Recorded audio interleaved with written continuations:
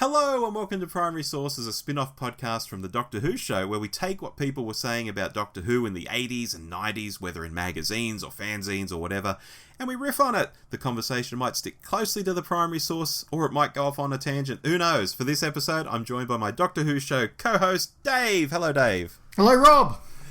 Are you intrigued as to what issue of Doctor Who magazine I have in front of me? Yes, you really surprised me with the last time we recorded one of these, so surprise me again.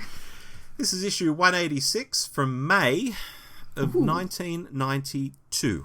Ooh, I remember this one. Ooh, it's got Davo on the cover. Davo from the Black Guardian trilogy. Yes. I remember this one. Remembered, yes. Lovely drawing of him, yeah. The first letter is called Recalcitrant Review. I am writing in defence of Mark Platt's new novel, Time's Crucible, which was criticised in Off the Shelf in Doctor Who Magazine 184.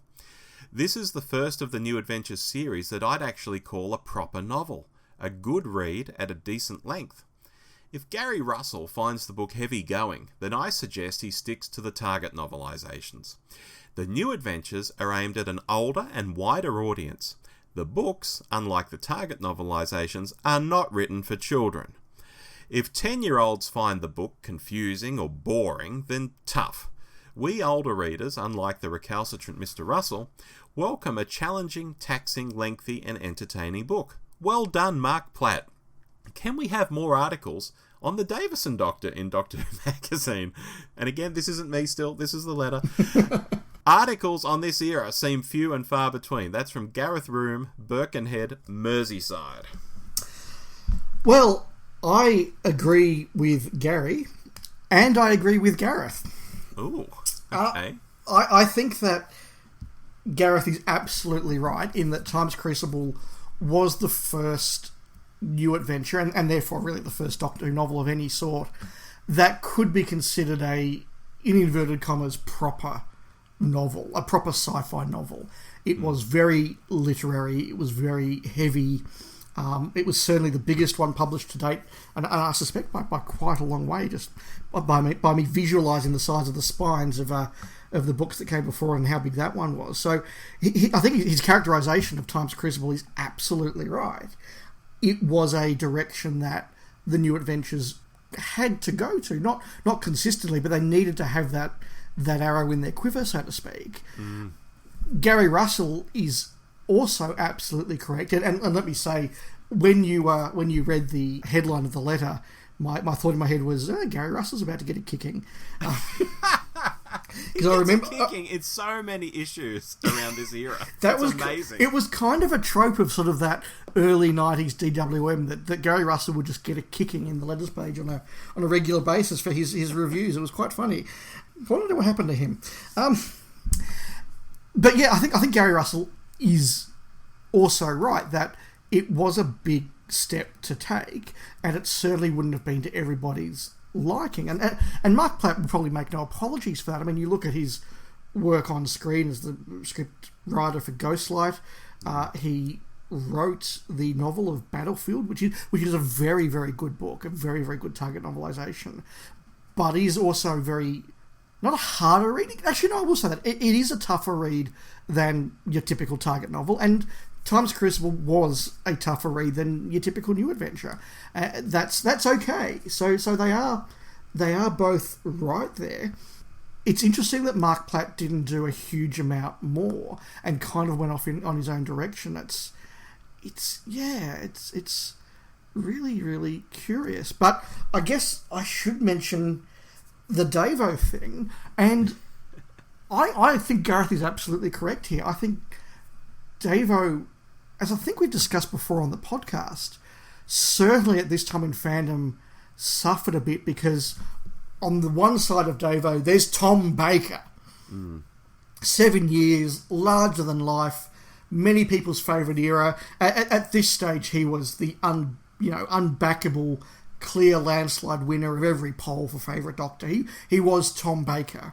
Yeah. On the other side of Davo, you've got Colin, who is again larger than life, very active in fandom, And a very controversial era. It's the time when the show got cancelled and then back on hiatus, and then Trial happened and Bonnie Langford was cast, and you could debate the Colin Baker era, and there's a lot to say about the Colin Baker era. You can write a defence of the Colin Baker era, you can write an attack of the Colin Baker era, you can write a new perspective on Trial of a Time Lord, you can talk about the unmade original plan, season 23, which I actually think would have been a pretty cool season.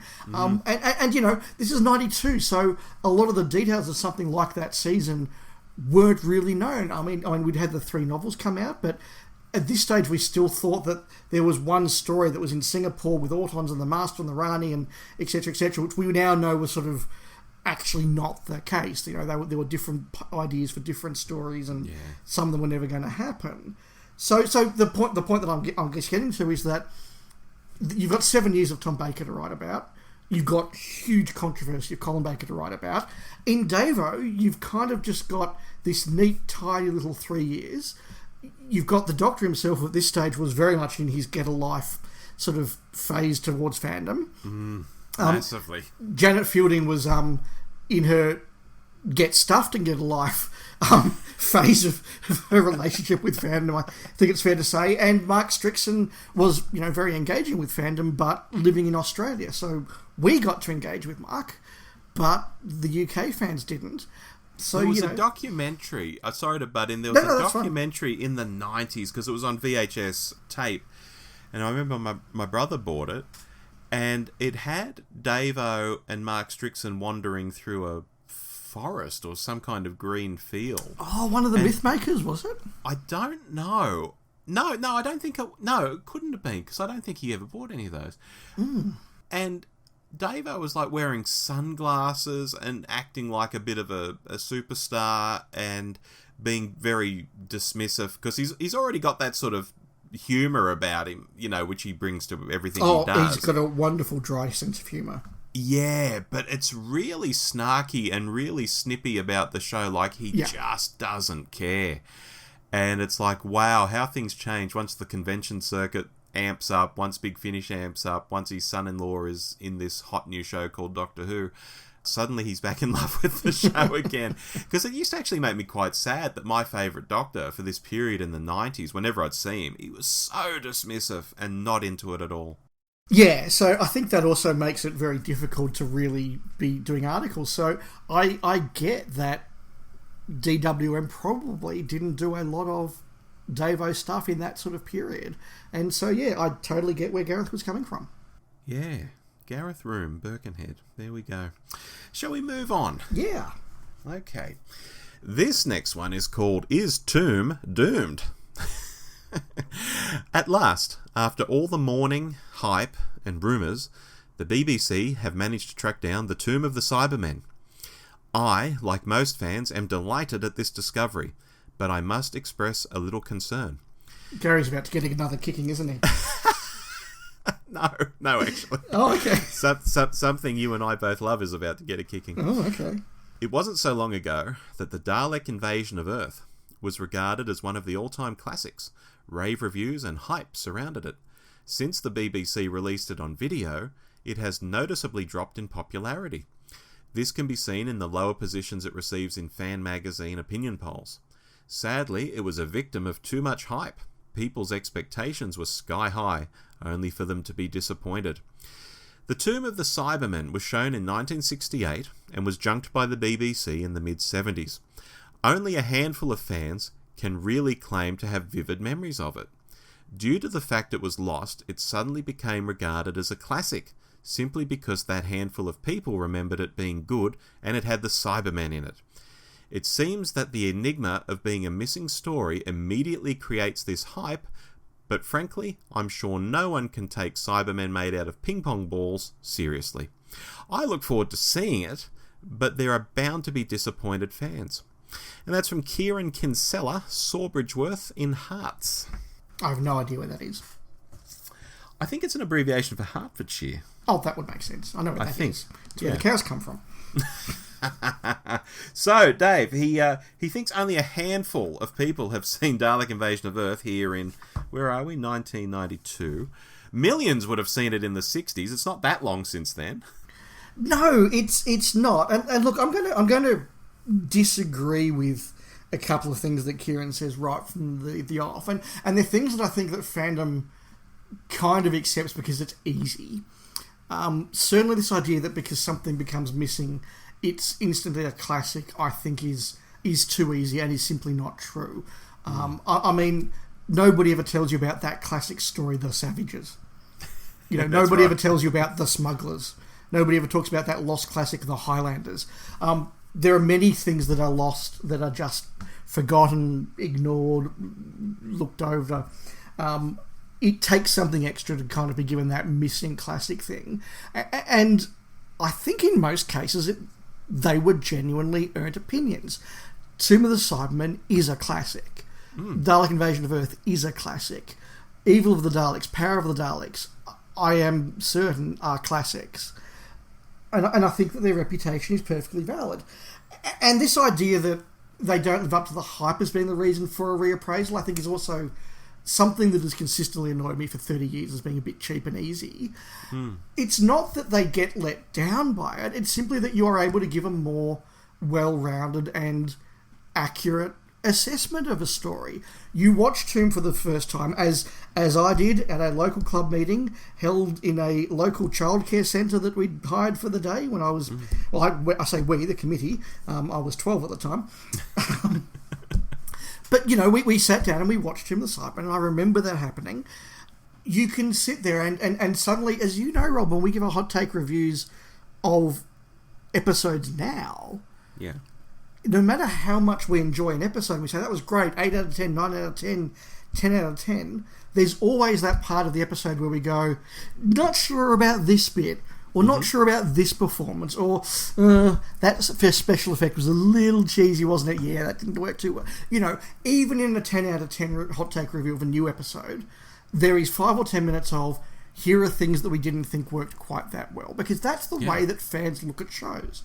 So, because somebody's watching the Dalek Invasion of Earth, they are able to keep in their head the idea that this is a great classic with some wonderful acting and some big staging and incredibly powerful Daleks, and also go, but that slither is absolutely woefully bad. or you know, that shot at the cliffhanger of part 5 of Ian in the Tube, like, it's done on a 1964 budget. We get it. Like, you can say there are faults in the story while still saying it's a classic. And it's that fandom thing that something is... That absolutistness in fandom, you know. If it's not a classic, it's crap. Yeah. And you know, there's no room for... It's a classic that's not quite perfect. For me, it always came down to the Target novelizations, where you would read the story and you were reading a lot of dialogue that had been pulled from the story, because back in those days they weren't really expanding these stories out, you know, so what you were reading was essentially stuff from the script, so you knew it was in there, and if you were lucky enough to have heard the audio, you may have heard that. And I think it's a Dalek Invasion of Earth. You read that, it's a no-brainer. I mean, yes, it does start with the, you know, through the ruin of a city stalk the ruin of a man and all that. It's like, it starts really well and it's really exciting. But I think you can tell it's a good story. That's the thing that always confused me about Enemy of the World. When that got found and people were saying, oh, I don't know how this will be. It's like, are you kidding? It's a fantastic novel. I think it's got legs. And as it turned out, people tended to like it more than Web of Fear, which got found at the same time. But I digress. This is your show.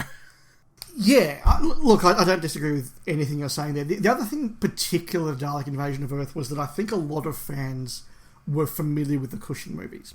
Yes. And the first Cushing movie follows the plot beats of the Daleks very, very closely. They are the same plot beats. It's a lot more Titans, it's a lot more money. You know, it's, you know, a different Doctor, but it's the same story.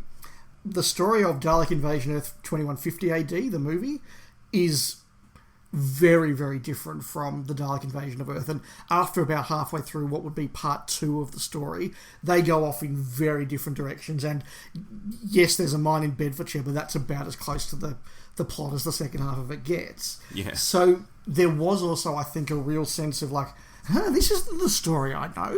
This is a bit weird. The Robomen don't look like that, do they? And that sort of familiarity with something that wasn't the same perhaps bred a little bit of contempt there. As for Cybermen with ping pong balls, I think that there's something deep inside fans that just doesn't see that, and other people do. We just don't see that when we're watching it. We have this amazing ability to look at something and tell when it goes from being shot on video to shot on film. Yeah. Which other people don't seem to notice. Like, you see, they go, oh, they've moved on to filming for that bit. And other people are like, what do you mean? Well, you can see the different quality in the picture. Yeah. Other people don't do that, but fans do. But we don't see ping pong balls on Cybermen. We just don't. No, we do not. Shall we move on to the third and final letter? Third and final letter. Let's go. I found this one quite interesting, actually. It's called Edited Special. Today, I bought the CBS Fox video release of The Five Doctors, despite the fact I've seen it more than 50 times. I hadn't expected to find 5 extra scenes I have never seen before. The 5 new scenes are when K9 calls after Sarah, telling her there is danger, as he approaches the beware of the dog sign. The second Doctor indicating for the Brigadier to come on, followed by the Master discovering the remains of a Time Lord counsellor. The Master and the third Doctor sequence starting with the Master saying these thunderbolts are everywhere. Tegan and the first Doctor walking, where he tells her not to call him Doc. And Susan and Turlough seeing the cyber bombs for the first time when Turlough says, big, isn't it? These scenes have never ever appeared in any American telecast of the Five Doctors. Why not? That's from Stephen Manfred, Ellsworth, Wisconsin, USA. And Doctor Who Magazine actually replied and said, no one's ever pointed out these omissions before. Certainly they were transmitted in the UK and are on the BBC version of the video. Any of our American readers care to confirm these cuts and offer reasons why? And I thought, well, this is a mystery, isn't it? And I know we've got US listeners. Maybe they can sort of chime in. Or maybe it's a well-known thing in fandom. I don't know. But it looks like Five Doctors was edited in the US. So a couple of points. Interesting to hear that Stephen's from Wisconsin, which is a line from one of my favourite movies, Dogma, where Alan Rickman gets to give the line, seriously, was Wisconsin really that bad? But look, very quickly, he says he's watched The Five Doctors 50 times. Well, what Doctor Who fan from that era hadn't watched The Five Doctors 50 times? Yes. I certainly have. As a kid, it was on regular rotation. It was so easy to just put on and enjoy, and I still love it. I still absolutely love The Five Doctors and could happily watch it another 50 times. The cuts. Now, my first instinct is to wonder, given it's American, were they cut for ads? Yes. I'm a little bit uncertain of that theory, though, because that list does sound incredibly familiar, and I feel like I've read that list elsewhere, so I wonder if there was a version that went out that way or that was sold overseas that way, or whether I've just seen several different permutations of this same US phenomenon, and it was a cut for ads or a cut for time or something, because there's nothing in there that sort of jumps out as being a particularly alternate reason. You go, okay, that scene with the Master finding the desiccated skeleton is a little bit gruesome. Could that have been cut for ratings purposes in America? Possibly. But then you go, K9 and Sarah Jane. That's not particularly gruesome.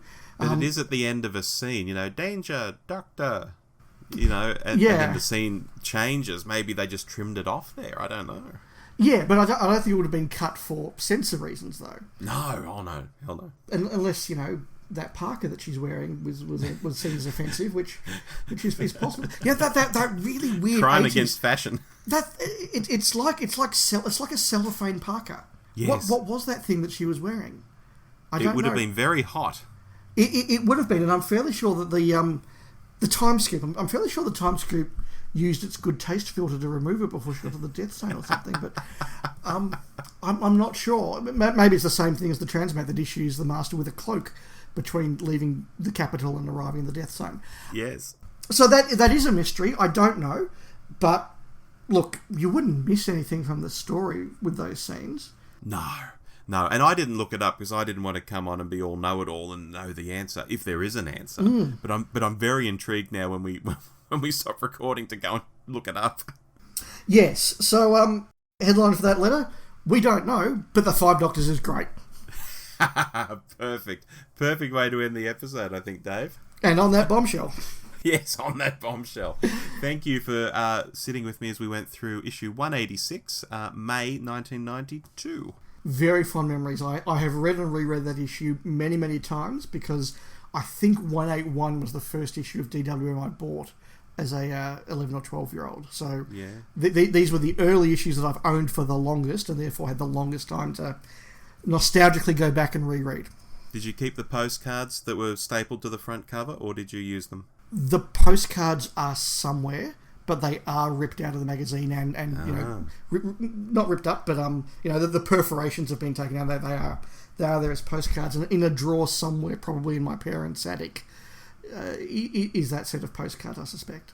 Mine are still attached. Not quite the bombshell we would normally end on, but mine are still attached. Fair enough. Well, let's do this again in a couple of months. I think so. See you then. Bye.